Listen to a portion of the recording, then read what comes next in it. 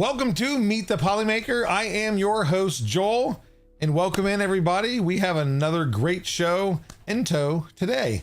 So for those that are new here or that have been hanging out and forgot, real quick, make sure to type in I am awesome. That's going to get you entered in for a chance to win a free spool of filament at the end of the show. That is international, so it doesn't matter where you're at. Type it in there. Right now it is only calculating through Twitch commands. I'm sorry, YouTube. Head over there, put it in, and head back to YouTube. We are working on a new giveaway system that will reintegrate YouTube like it used to be. So right now, Twitch, I am awesome. That's going to get you entered in for that spool of filament. And again, we ship it anywhere worldwide. It's a $35 value, so you can pick any spool up to $35 in value on the US website. So as long as it's in stock, you'll find that out when you request it. But for those that are new here or newish or forgot what this show's about, we do 3D printing news. We show off the community's prints, and then ultimately we meet a new maker every single week. Very excited about this week's makers. We actually have 2 on board, so we'll get to know them here shortly. But until then, let's go to hot end headlines. So first up, we're going to talk about lithophanes, specifically colored lithophanes. So Jason with Print to Pattern has been doing this for a while. I think 2019 is when he started doing, he created the color lithophane. He originally worked with lithophanemaker.com to integrate the program in there so you can create your own lithophanes or colored lithophanes through that.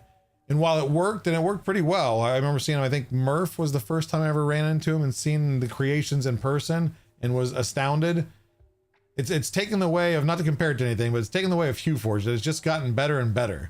With that, Jason has worked the last 9 months on this latest update to now have free to use PTP, so PTP for Print to Pattern, create.com. PTPcreate.com is his website where he has had an updated tool that is very straightforward. It's got multiple bundles that is actually pre-programmed for Bamboo CMYK, Polymakers, or Panchroma CMYK kits. So that way it optimizes the use of those colors and the opacity of them to create your own colored lithophanes. So again, free to use, multiple bundles supported. And right now, like if you go to the bottom of the page, it actually has a video walkthrough. It's a straightforward thing. It's got a preview option. It's got links that even include profiles for 0.2 millimeter nozzles if you want to get that really good detail and get the best possible quality out of it. So really awesome thing. Shout out to Jason over there. He's doing crazy things. And the color lithophanes, I've seen some crazy stuff. You know, Matt German over on our Discord has shared a lot of different colored lithophanes he's done, and amazing. So keep creating, everybody. I lost my scene here. There we go. And next up, we are going to talk about a California company by the name of Azure Printed Homes. We've seen 3D printed homes. We've talked 3D printed homes. What's different about this one? A little bit different to where most of the 3D printed homes that we're talking about are concrete. There have been some faster ones. They've improved the speed, things like that. These are specifically plastic 3D printed homes. They're only 180 square foot homes, so they're considered like the tiny homes, but they can actually print an entire base for the home in 24 hours with a robotic arm. They have, I think, 3 arms currently on site, and then they're looking to help in the recovery, the wildfire recovery over in LA. So they're able to print these on their side. There's no seams, anything. So that way it seals, it's leak proof. The plastic used in them, they say, is equivalent to about 100,000 plastic bottles, which they grind up and use as like pellets, basically. But it's repetitive, it's precise, and they run about $35,000. There is finishing stuff to do to them. So they do start to build, the end walls, because think of it as you see kind of in the side picture there, is it's more of just a shell. And then you have to put the door, front wall, and a back wall into it, and then customize it however you please. But they've already sold $20 million worth of pre-orders. So they're getting popular. I watched some videos of delivery. Some they use a crane to, lift it over the home and drop it off in the backyard, but they can be delivered already assembled, ready to go. So a really cool, different aspect on 3D printed homes from concrete to plastic. And next up, we are going to talk TCT, which we talked about that. It's happening next week, starting Monday. Are we going to see some announcements? I sure hope so. But then we'll have to wait. One, though, there's some people that not even leaked information, but kind of stated what they're going to announce, is a company by the name of Mellow 3D or 3D Mellow. I've seen it both ways, and I could not find exactly which one they go by 100%, even on their own website. But excited because in the article I read is they've done extruders, they've done hot ends for many things, but they're looking to do their Evo bamboo series. And what that is it's going to be upgrade kits for DIY enthusiasts, or just fully assembled upgrade kits to change things up. And one I wanted to mention, so they have a complete upgrade kit, includes extruder and hot end components. They're offering plug and play kits with direct hassle-free swaps, no mods required, special nozzle cap for filament change wiping, so a better wiping system, and that's not a bad idea. But there's no detail, but they're doing 4 AMS feeder blocks. Is that the first stage feeder that everybody has problems with? And, eventually they wear out pretty quick and they don't want to feed, they don't want to retract, whatever. I'm hoping, like, why hasn't somebody made something with metal gears? Other than it's expensive, but if it lasts so much longer, I'm for it. I was most excited about that part. I'm purely going to tune in. I think they have a live stream on the first day. I want to see what this AMS feeder block is. So we'll have to hang tight and see. Next up, we have Polymaker releasing their S8 printer. This is another fast printer. Special about it is its dual extrusion. It's not like it's nothing we've seen before, but 500 millimeters per second speed, 50,000 millimeters per second squared acceleration. It's a little bit on the higher market that we've seen compared to most printers. Most of them are 20 to 30,000. Not that we haven't seen those acceleration speeds, but I'm sure it's wicked to watch this hot end bounce back and forth. But it is expensive. It's not geared towards the normal consumer. I don't even think maybe on the high end of prosumer, but its retail cost is $8,999. Matter Hackers here in the US is actually going to be carrying it. It's going to be starting to ship March 31st. But like I said, big thing about it supports dual extrusion, just allowing for those complex parts to be made in multi-material. And last but not least, if you watched any footage from Form Next of last year, Bamboo had a whole entire cityscape with forklifts and trucks and everything else with little remotes that you could play with them, foreshadowing this project, the Cyber Brick Kickstarter. So it's building off what they've already done with their site of the maker kits, be able to create prints to use certain motors and pieces, and not having to source those out from different places. You can just order directly through them, whether it be an entire kit of multiple pieces or specific parts and pieces, bearings, screws, etc. These are now going to be modules that you can buy. You can print the blocks, put them in, and almost like a mix between, I think they said Legos and kinetics, but creating your own remote control vehicles. I think there was go-kart, forklift, dump truck, crane, etc. Really awesome. Price-wise, I couldn't find anything yet. You can go to their Kickstarter. I think it's going to announce the 15th of March, and then kits are going to start shipping April 15th of this year. So it'd be interesting if the price point's there. Definitely a fun thing, whether for maker spaces, for classrooms, etc. But they're getting more into that STEM stuff and maker kits to get everybody involved, and not just printing, but creating and building. So stay tuned for that, and we will see where it goes. And that is it for the news. So let's go ahead and head on to the show off, the spool to spotlight. I delayed there because I almost forgot the title of the segment. Okay, first print we got here. These are all shared at discord.polymaker.com at our Show Off Prints channel. You can share your great prints, your okay prints, your fails. We enjoy the fails just as much too. Sometimes they're quite hilarious.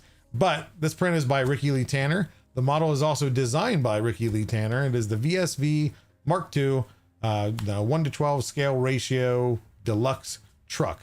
This is only part of it, the front end. There was actually multiple pictures, and I fought myself of which one I wanted to include, because the hood does open. There are engine components inside of it. Just a lot of cool things. The print looks amazing. I can't wait to see the full thing. I didn't get any feedback yet if it's available for download, but enjoyed the build process to this point. When he finishes it, I'm sure I'll show it on the show, and hopefully maybe have a link for you guys to maybe build one yourself. Next up, this one I had a laugh. I sent it to my wife before I added it to the show, but it is the Lunchable earrings. This is a design by Baviosa Baubles, and it was printed by Nervous Pajamas, and it is available on Maker World. So if you too want Lunchables hanging from your ears, have at it. I mean, it looks great.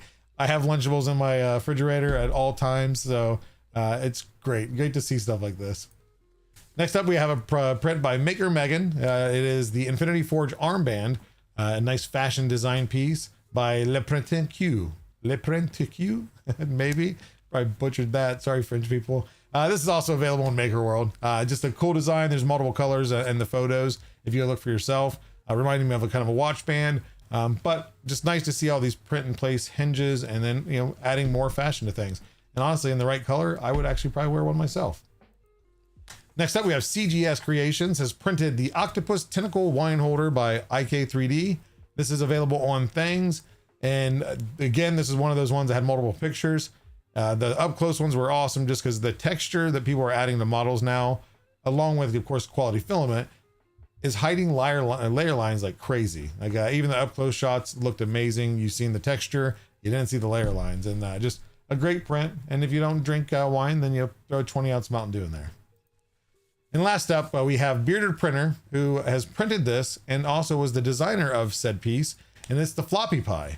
It is available. I didn't put the icon on there. I apologize. It is available on Things, and has the pan and looks like a pie normally, and then you take it apart. Of course, like it looks like a cherry pie, maybe a rhubarb pie for those that are fans. But just one of those cool flexies, and then it's just a cool way of doing it. A pie, and then he had his little mouse on one of the photos. So just a great print, great quality picture. Everything just looked great, and Bearded Printer is an awesome guy. So definitely go show your love to any of those prints that you like. Share your own. Go and find some more inspiration by the other ones, because I can only share 5 per show to keep things on track. So there's always much more to look at. So head on over to our Discord if you haven't. And other than that, we're going to break for commercials. And then after that, we're going to meet our next makers. So stay tuned, and we will see you in a moment. Come on down to Polymaker's Palace of Printing Perfection, where we have everything your 3D printing heart desires. We have PLA, we have ABS. Let's not forget ASA, maybe PET G is your material of choice. We got that too. Don't forget nylons for those specific needs. Printing something special for that loved one in your life? We have all the colors to make that print a one of a kind. You want reds? We got them. How about blues? We got those too. And greens? Of course we do. Too many to count. And let's not forget the yellows all day long. Now don't take my word for it. Come on down and see for yourself. Here at Polymaker's Palace of Printing Perfection, we strive to fulfill all your printing needs. So come on down and start your collection today. We're easy to find right past the giant light box on Hangout Avenue at us.polymaker.com.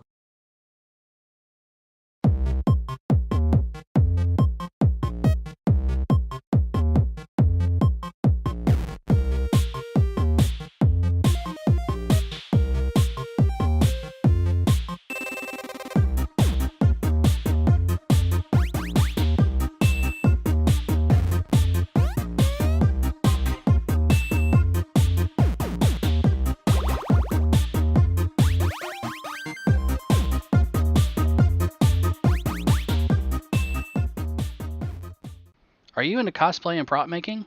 Are you tired of having to break out those power tools to sand those lines away? And don't forget about all that hand sanding. Cramps. Ouch. Introducing Polymaker's Cos PLA, available in 2 different versions, version A and version B. Both versions are still easier to stand than standard PLA. Find out more at us.polymaker.com. Whoa, I'd love to get into 3D printing, but I live here on the sun where the UV rays are nuts. Wait just one moment there, strapping young chap. Have you ever heard of Polymaker ASA? Polymaker ASA is UV resistant, so it is the perfect application for printing near or around the sun. No way, bro. Yes way, Broseph. Here, try it out. Radical, man. If you need a weather-resistant material, make sure you check out Polymaker's ASA. Printing on the sun is no problem at all with Polymaker ASA.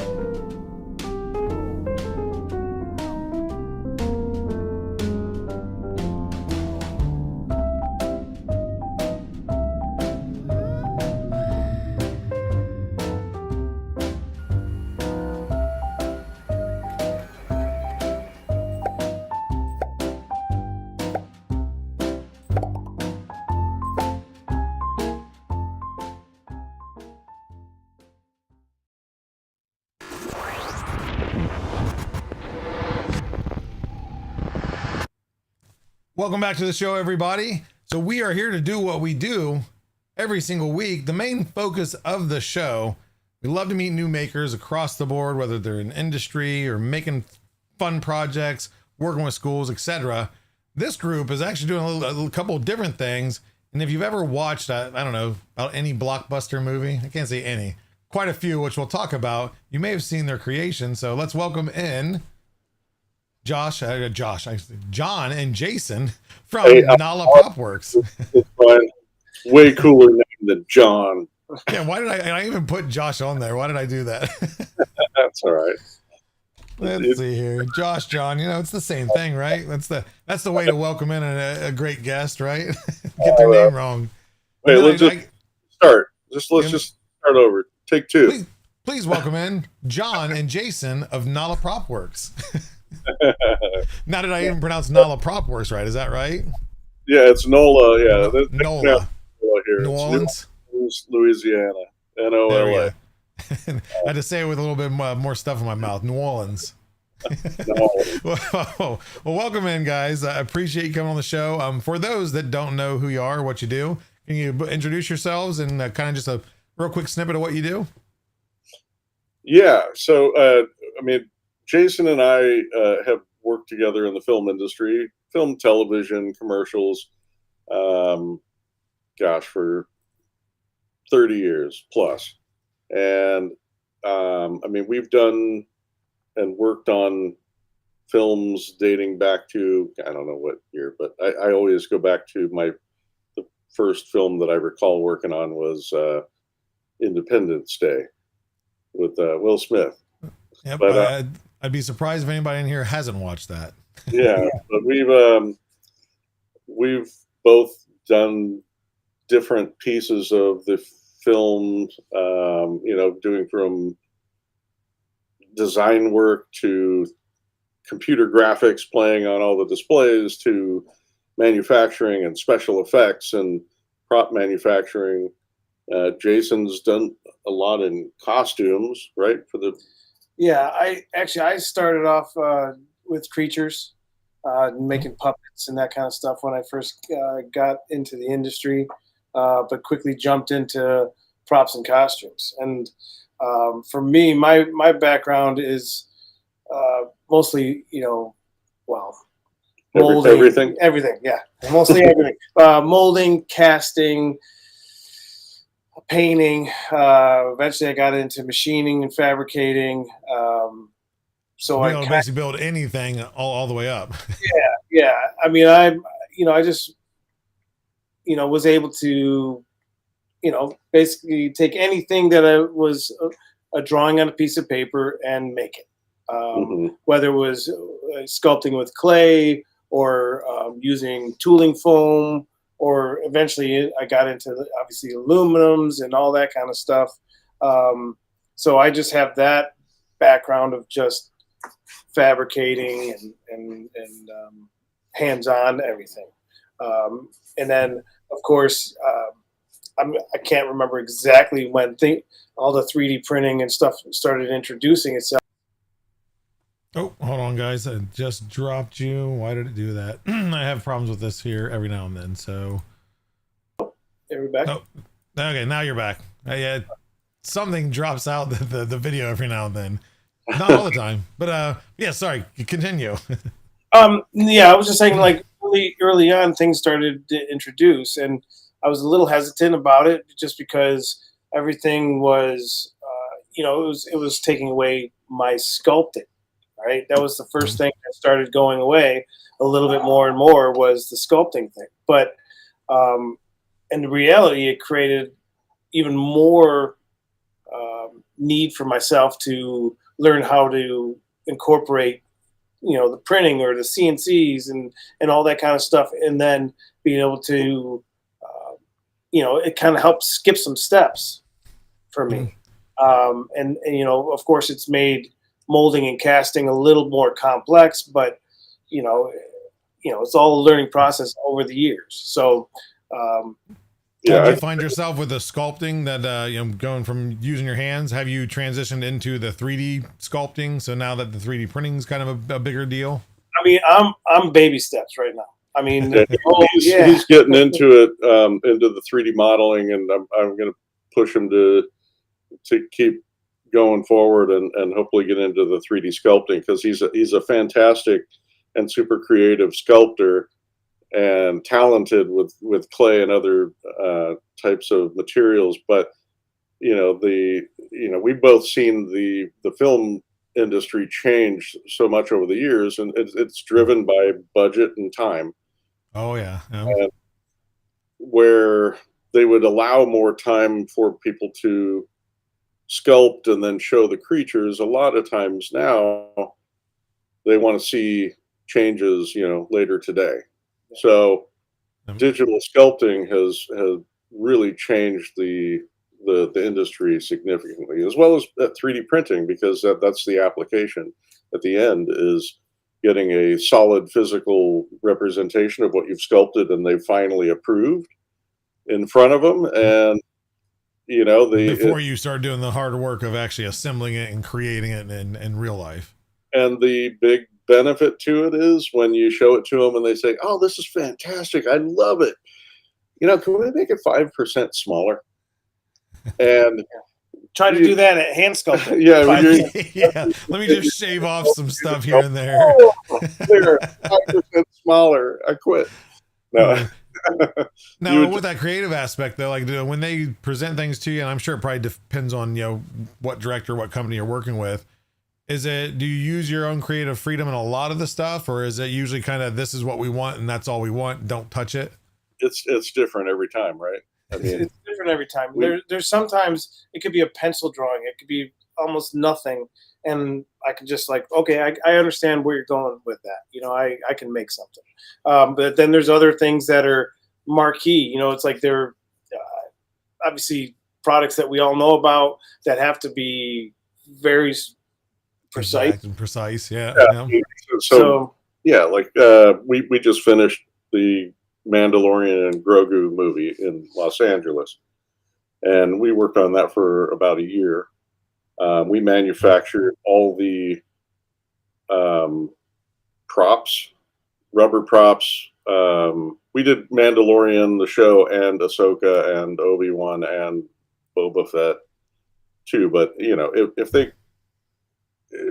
they design a lightsaber, let's say, we have to build the lightsaber. We have to make sure that the electronics will fit in it. The blades have to be replaceable because they beat them. Yeah. And they need to come out and be replaced. We make rubber versions of the lightsabers that need to work. We make metal ones, but then those will be usually, we'll pre-design those before they go out to the floor to be manufactured. But then a lot of times we'll leave it up to Jason, who was running the manufacturing out on the floor. And we go, "Jason, make this look really cool." I think I can't say that. Okay, but there was a project where he had something, and hey, make it, make the interior look really complex and cool looking with a bunch of technology and stuff. And he can take an artistic license and go, "I got this, and he'll show it, and yeah, I love it. Let's keep going." And that a lot of times that happens when you're rushed for time. So now, when they present you, say, a pencil sketch or anything like that, do you ever get snippets of the script, or do you get a backstory of the character or the piece so you can better understand what to create with it? Yeah, usually. There's some. He did. I never cared. He just said, "Just do this. So this is all we need. You figure it out." Well, because I'm technically on for Lucasfilm. I'm illustrator. I just have to oversee all the manufacturing for property, but then Jason and I work directly side by side on those. Where he actually does the translation out to the floor and oversees the guys and the different processes. So. Because we'll go through design and then supply the concept art. Once the artwork's approved, we take the 3D model, then we convert it into something.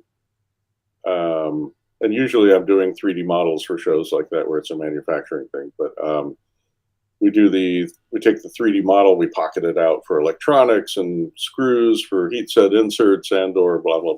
There's a bunch of steps, and then we send stuff out to the floor. Jason will take, Jason, I want the outer shell to be aluminum with brass, and this piece and this needs to be a button needs to work, and we're going to have an electronic board in there, and so Jason we'll go over the whole project, and then Jason will take it and kind of run it through every department and make sure that electronics are on top of it, and they're designing the circuit board that's going to fit. And, battery life is going to be,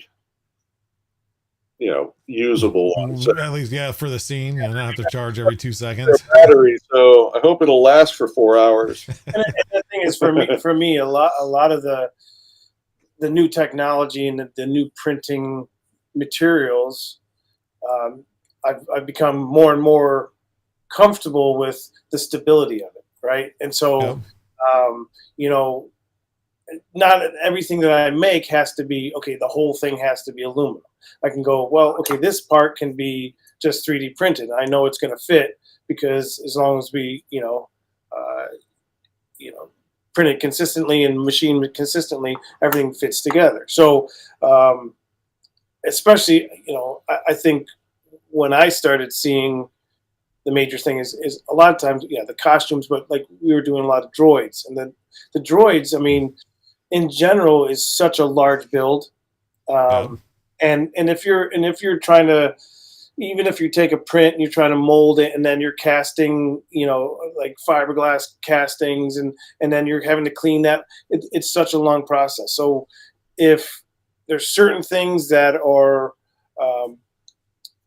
able to stay just as a printed material, we were kind of more and more getting comfortable of leaving things as just a print, and then learning a process of how do you take the grow lines out, and how do you get the paint to stick, and all that kind of stuff.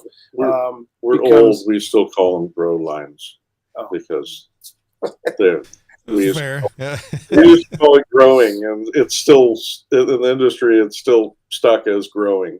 You're going to grow the part.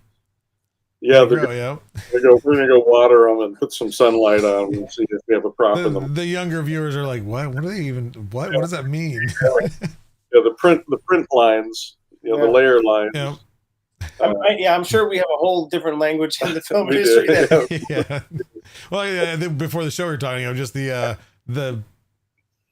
change in 3D printing community. It's not a community, but the 3D printing technology has changed so much that the new age is spoiled, and no one ever understand the bed leveling of it under 3 and the CR10 and all that stuff. So the same with the language; they just won't understand. You said ASA parts, there's the different materials that Polymaker has been putting out have changed a lot of how we do things. I mean, not just Polymaker, but we kind of we like to see innovation from everybody. I mean, it drives everybody else to do more.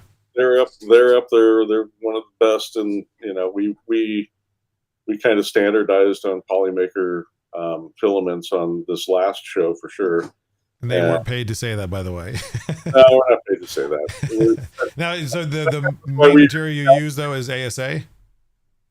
Yeah, so we've used ASA, we've used ABS. I saw you guys have what was it, Fiberon, right? Yeah, the Fiberon line. Yep. Yeah, we want to try some of that out. We'll have to figure out an application for it, but I know a guy that can probably hook you up with some. When we're doing the mechanical things before the 3D printed parts, even if let's say if you're running PLA or anything like that, the 3D printed parts were not strong enough to hold up. And if you're unaware of how the film industry works, if you are late with something, or you don't have it, or it breaks, your job is potentially on the line, and you might be packing up your stuff.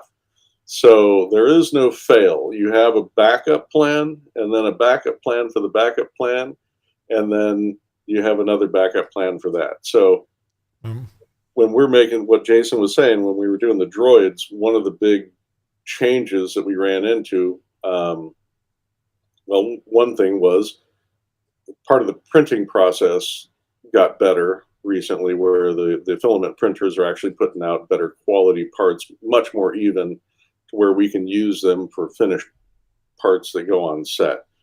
We sand them and we prime them so that the lines are gone, but as well as the visible parts that you see, the mechanical parts, because the materials have progressed, and that's where we really started getting into using some of your other materials, the Polymaker materials, because we're printing some things solid or close to solid, and we're having lever arms that are opening and moving things, or something comes out, and the cool thing is we're running like a ball screw through a printed part that has threading built into it versus having it CNC'd or manually machined. That's that cost and that time that you were talking about earlier, right? Yeah. I mean,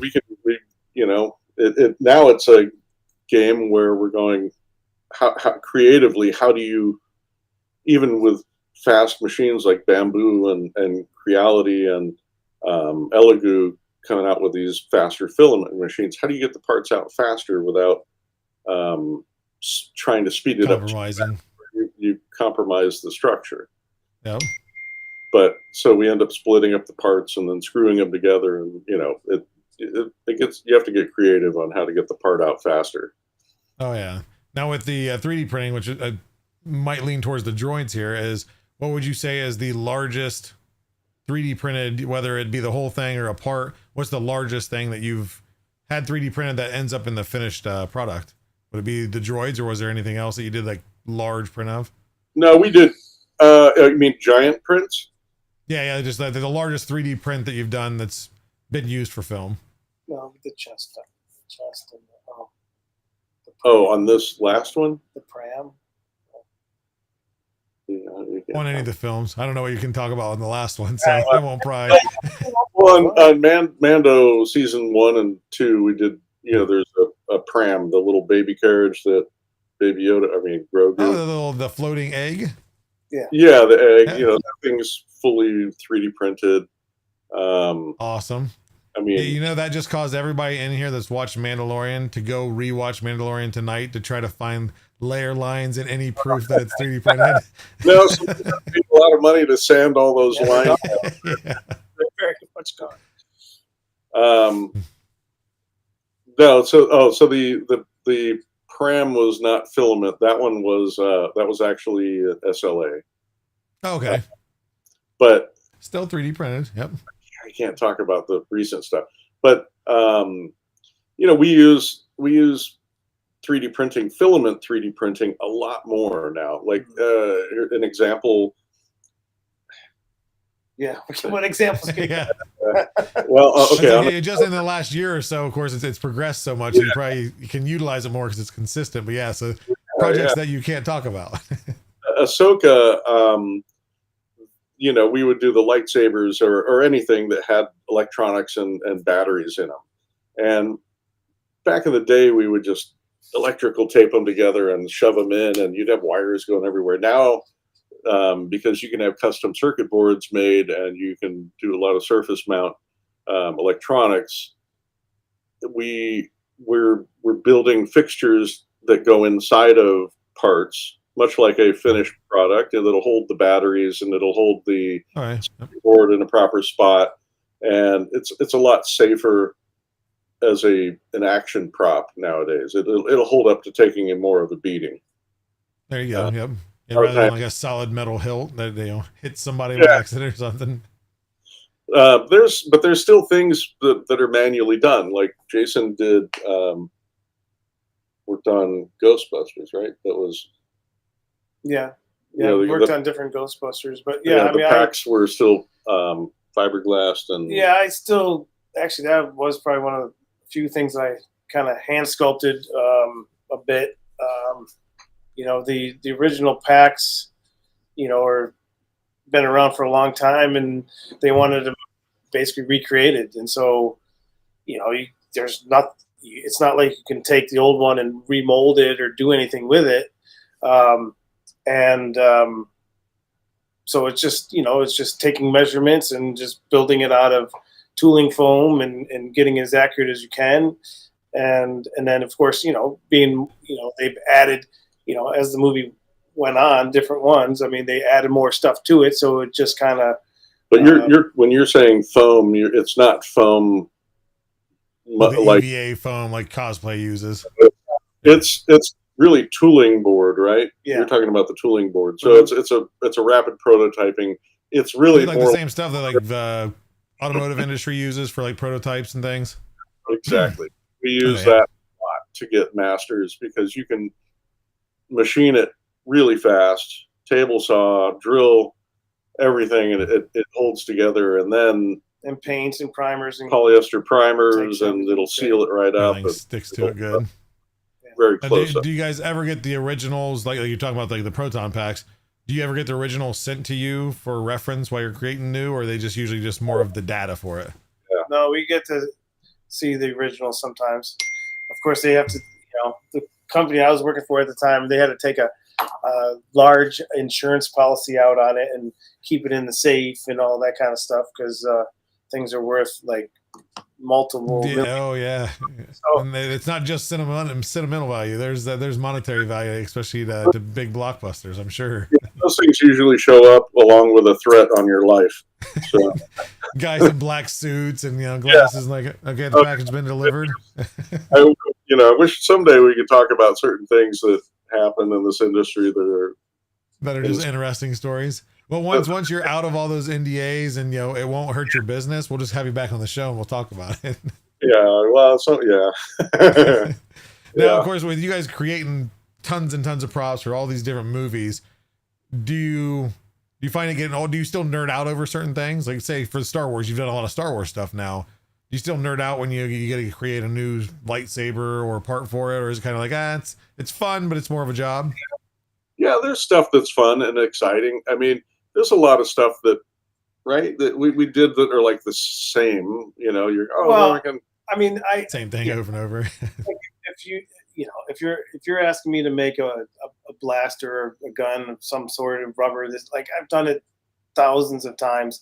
But if I'm making a new helmet or chest armor that's original, or the droids were fun for me because I can really dig into it and be. Oh, we lost it again. Why is this thing doing this? Here, let's get you back in here. One moment. Just a moment here. Yeah, it loses all sources. We'll have to look into that. Apologies. And we have you back now. There we go. Yeah, and that's how the movie ends. There was the Mando Grogu movie ending. You guys. Oh no. Dang it, man. Everybody just disconnected. We're down to one viewer now. So, but yeah, then there's the together stuff. Go ahead. Yeah, we haven't done all like high tech stuff always. Jason and I mean, we've worked, through different companies. We've worked on things like, Pirates of the Caribbean 1, 2, and 3, and all the Transformers movies, and all the Marvel stuff. Yeah, all the Marvel, Captain America, Iron Man, and making the chest things, and Captain America's shields and Thor's. So now, when you're working on these movies, is there usually just one prop company they use, or do they use multiple just because they're such a huge production, or does it vary? Yeah, they're usually huge. I mean, we would be working on, every show. We call every feature and every TV show is called a show, but it's not technically, if it's a movie, it's a movie, but we call it a show still. But if you're working on a show and it has a lot of manufacturing, a lot of times each company that's working on it outside of production will get, a portion of the prop manufacturing or costumes to do. So you kind of section, hey, this is what you guys are working on. Just give your bid checklist. Any other company would bid something, and they say, okay, great, get to work because you only have 7 days to make things. That's the other thing, like the prop manufacturing, because we technically we are prop makers. That is actually our job titles. We don't have any time. You and your viewers would be shocked at how little time we have to make stuff. What would you your like shortest notice of, hey, this is what we need it tomorrow? Yeah, hours. Hey, Hours. I Oh, we it need a now. blaster. This guy's got this thing, and it needs to do this and this. It looks like that. Okay, when does it shoot? They're going to shoot it after lunch. I've stayed up overnight making things. Oh yeah, I mean, this industry is insane, and it comes from the creativity. Yeah. That's my nice way of putting disorganization. Yeah. Creative minds are a chaotic place, but so would you say you're basically like on call 24/7 for the most part, or I mean, our depending on standard film schedule is 12-hour days, right, Jason? Normally. Oh no, yeah. Now it's kind of I mean, we're still 12-hour days. 12. It used to be longer, but it's 12. And we're used to it. But it's often in prop shops. It's 6-7 days a week too. It's really tough on families. But we trying to get that work-life balance is sometimes just difficult if there's such a demand for you. Yeah, you don't have any. Sorry, I'm reading the comments.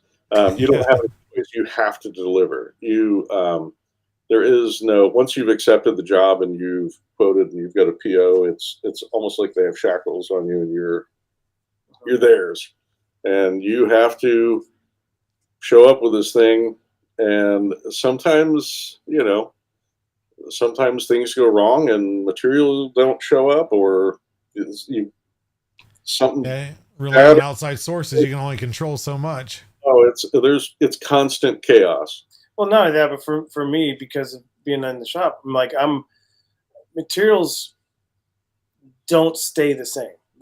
Like so many, like when it comes to paint, when it comes to molding, casting stuff, the industry is just constantly changing. Like and so it's important to keep trying new materials and keep seeing what is going to contaminate and what's going to work. I mean, it's. We don't run into that ever. Once or twice a day. Yeah. But so sorry, go ahead. No, I mean, I just think there's so many different parts that are creative, and when we were talking about like the you get your prints, and sometimes your print is, you got to finish it, clean it, mold it, cast it, make it into the soft parts or silicone or whatever you need to do, and it's all got to tie together, because a certain material might contaminate something down the road. And so the more and more that you can look ahead and go, okay, we got to do this, or problem solving is always, a big thing. It's just like, okay, that didn't work. What can we do differently? That's why there's a lot of collaboration ahead of time. We don't just start going running and go. I mean, we usually take about 2.5 minutes, and everybody talks and says, okay, hey, you're yes, you're going to mold this thing, but you're not going to tackle this and you tackle this and break. Do not use tin silicone on this. It's going to be platinum, because we're going to cast rubbers, but we're also going to cast silicone versions, and they have to be platinum silicone parts, right? I mean, we do that a lot, and a lot of times we're having to get electronics and leather work and paint involved, and hey, how are you going to paint this to, these rubber parts have to look just as good as the real. So I was going to ask is so we talked earlier, of course, so you guys I were can't working out of what's that? I can't stop reading the comments. Yeah, it's easy. Though I'm sure there's going to be probably a million questions when we get to the community questions, which I probably should get to. Prepare your questions now, guys, because I just realized it's 7:51, so I don't want to keep you guys super long. But I'm sure everybody's nerding out as much as I am, and I'm preventing myself from asking about 800 questions myself.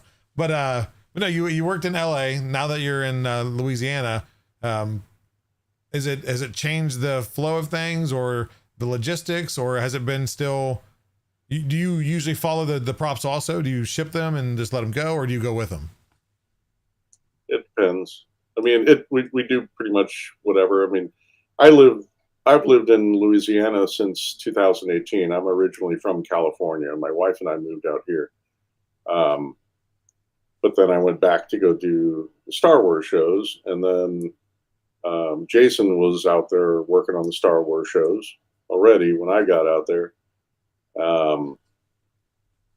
But I think once we got onto Mandalorian and Grogu, we were able to pull in, I mean, the top people in every department. That's the first time that I've ever had that, right? Yeah. I mean, we did, normally they would sub out, meaning farm out projects to other shops here and there.